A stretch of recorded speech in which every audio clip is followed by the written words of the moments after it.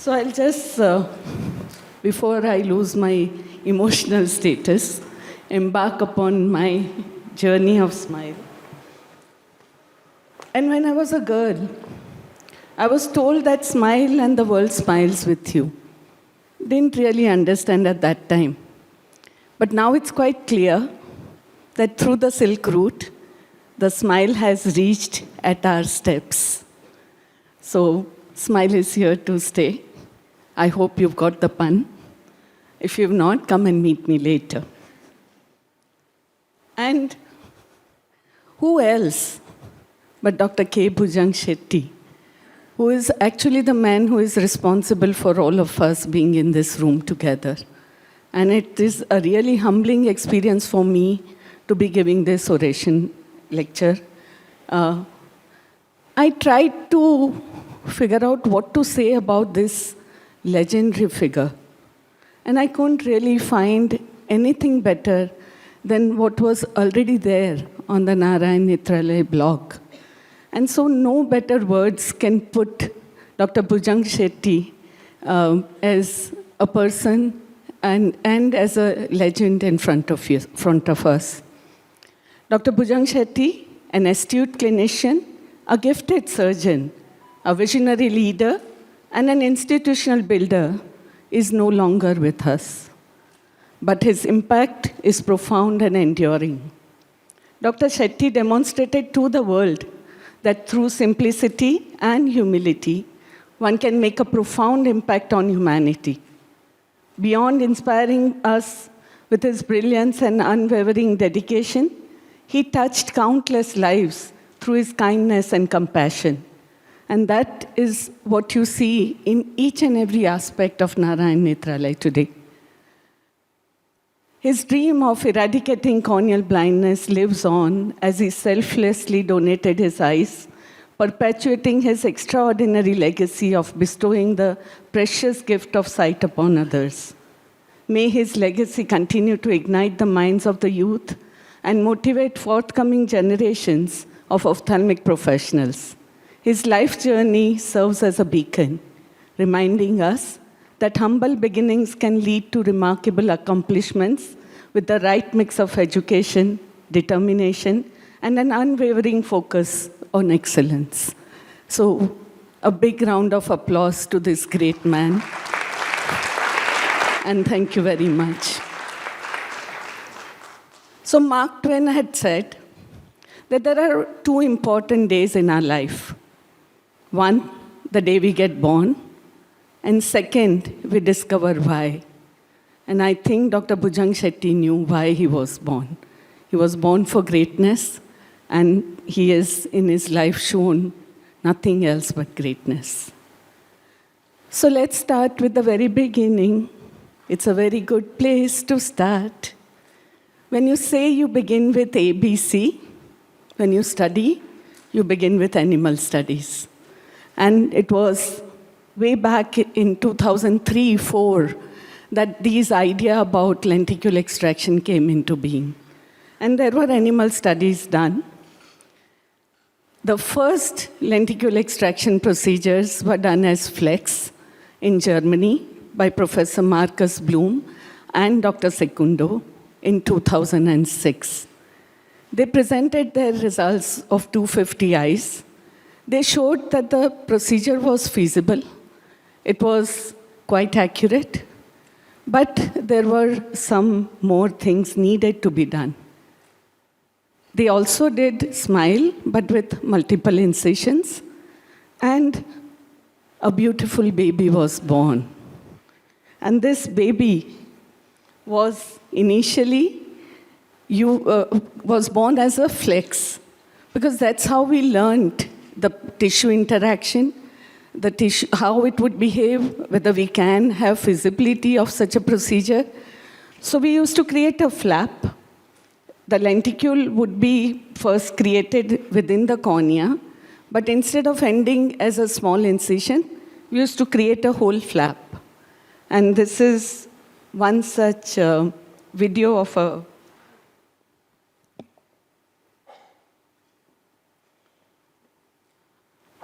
very initial flex procedure done at our place in Vadodara. You can see the scanning pattern is slightly different.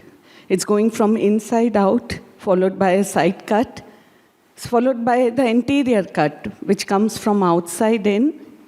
Even though this is 2x, it was this slow, because it was only 200 kilohertz. And it was followed by a side cut, a whole flap cut.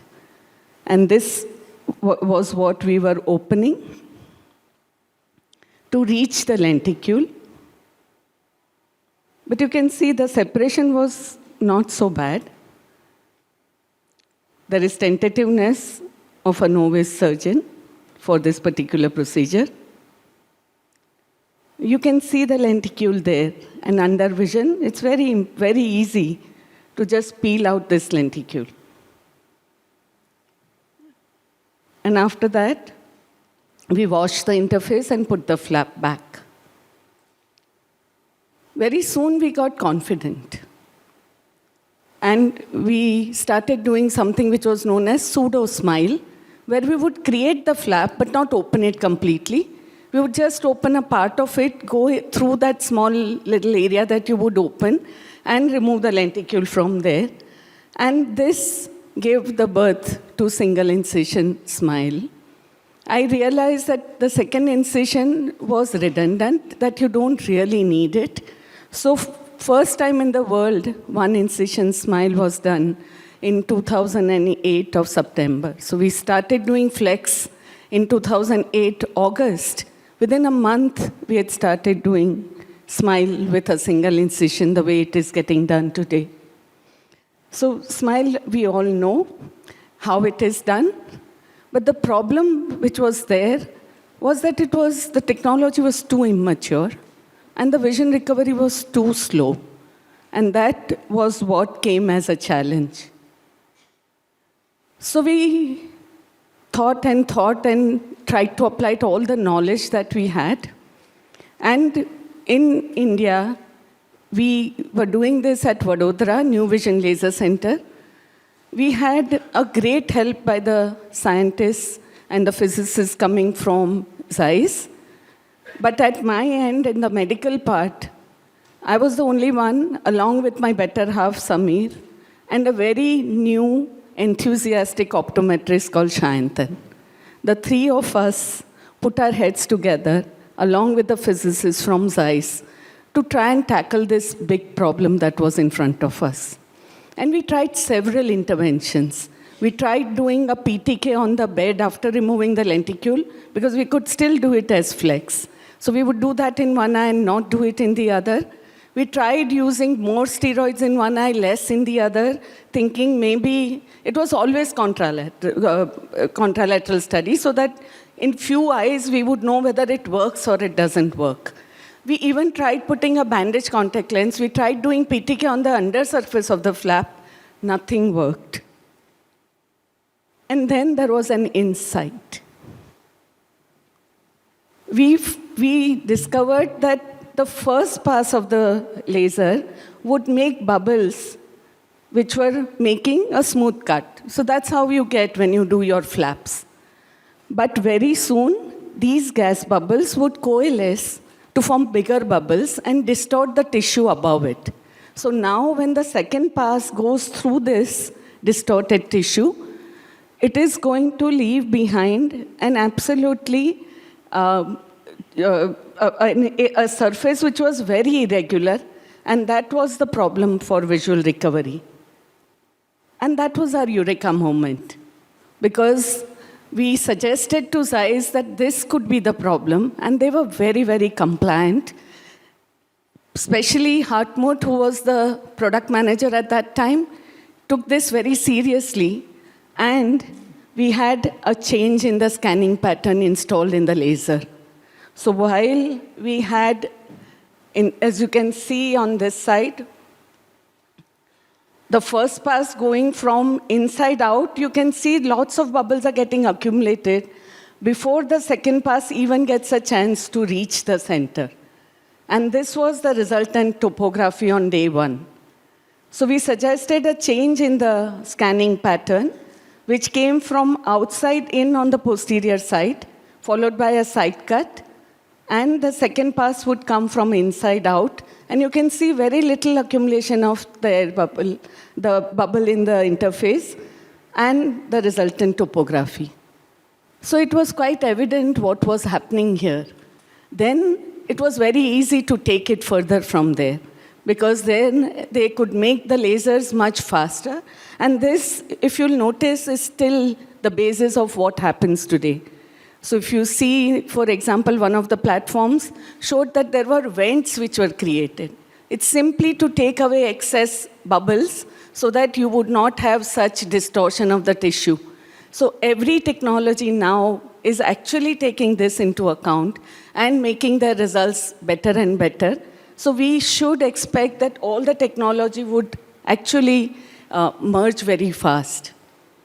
We had this opportunity to have Professor Zhao from China, Professor Osama Ibrahim from Egypt.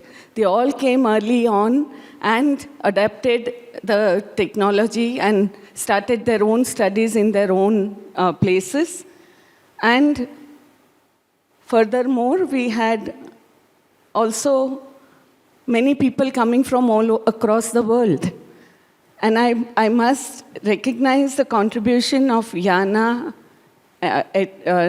Nar, Studulka, and we had Professor Jortal coming from Denmark, Jessica was with Zeiss, Dr. Kim, and our own doctors from India who came and started adapting this technology and started doing some studies on them. So मैं तो अकेला ही चला था जानिबे मंजिल, मगर लोग मिलते गए और कारवां बनता गया. So you can start alone, but if something is going to work well, people do join you, and it does make a success.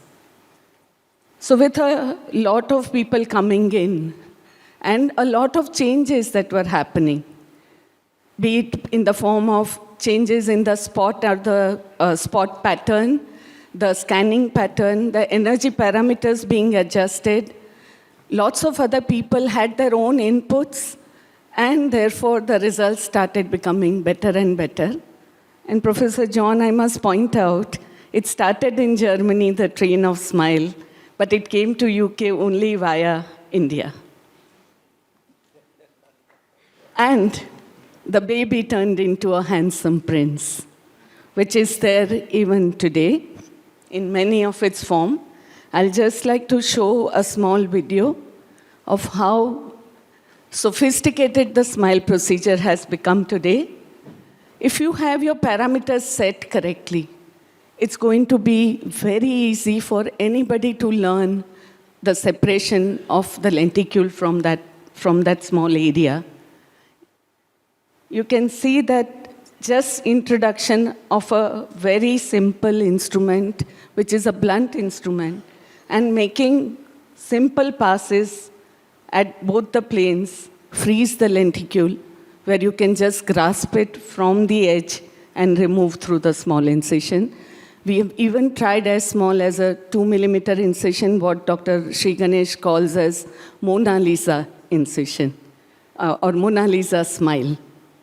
So this is how beautiful the smile has come to be. When you are not really doing any manipulation inside much, you could just get away by simply washing on top and ironing, and you don't really need to be doing any other manipulations there. So if we consider a brief history of smile, the first flex procedure occurred in 2006 in Germany. Single incision smile, 2008 in Vadodara, India. Commercial launch happened in 2011, and US FDA approval went through in 2017, and then there was no looking back. So more than 1 million procedures were done by 2017, and that number today has been multiplied by 10. So it's an exponential growth. Lenticule extraction procedures are here to stay. As we can see, a whole conference is getting done. And for 3 whole days, we are learning lenticule extraction. So in its many forms, it's here to stay. All refractive surgeons here sitting in the hall, we should all consider ourselves really fortunate to have one more strong armamentarium in our kitty to give those smiles and happiness to the patients. The remarkable aspect of smile that has not changed is the safety, predictability, accuracy, and stability of the procedure, though now we have better instrumentation, better understanding, better spot spacing, much faster lasers. And therefore, I would like to leave you with this little poem, which was written by Spike Milligan, that smiling is infectious, you catch it like the flu. When someone smiled at me today, I started smiling too. I walked around the corner and someone saw me grin. When he smiled, I realized I had passed it on to him. I thought about the smile and then realized its worth. I thought about the smile and then realized its worth. A single smile like mine could travel round the earth. So if you feel a smile begin, don't leave it undetected. Start an epidemic and get the world infected. Thank you very much. Thank you for the great honor.